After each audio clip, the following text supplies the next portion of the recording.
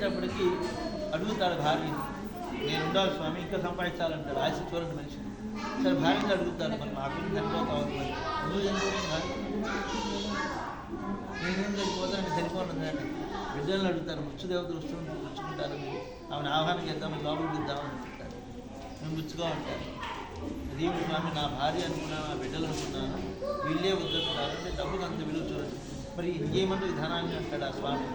అప్పుడు ఆయన చెప్పాట, నువ్వు శివారాధన ఎక్కువ చేయి, ఎక్కడ శివాలయాన్ని కట్టిస్తే ఆ శివాలయాన్ని ఖర్చు పెట్టుకుని సంపాదించుకుంటారు అని అన్నాడు. ఈ మొత్తం ఎవరికి పెట్టకుండా, కుటుంబాన్ని కూడా పెట్టకుండా శివాలయానికి దానం చేశాడు, చనిపోయాడు.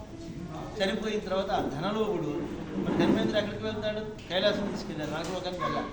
శివుడు అన్నట, భార్య పిల్లలను కూడా ఇచ్చానే పరమేశ్వర, నా వాళ్ళే నాకు ఇట్లా చేశారు, కుటుంబం ఏర్పాటు చేసుకున్నాను ఇది అనేటప్పటికీ, అప్పుడు నువ్వు నా కోసం ఖర్చు పెట్టావు కాబట్టి నీకు ఉత్తరాన ఒక స్థానం ఇస్తున్నాను.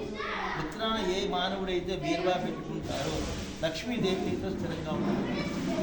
అందుకని కుబేరస్థానం, ఉత్తరం కుబేరుడు ఇట్లా అనుగ్రహించడం పరమేశ్వరుడు. అందుకనే దయాకారుడు పరమేశ్వరుడు.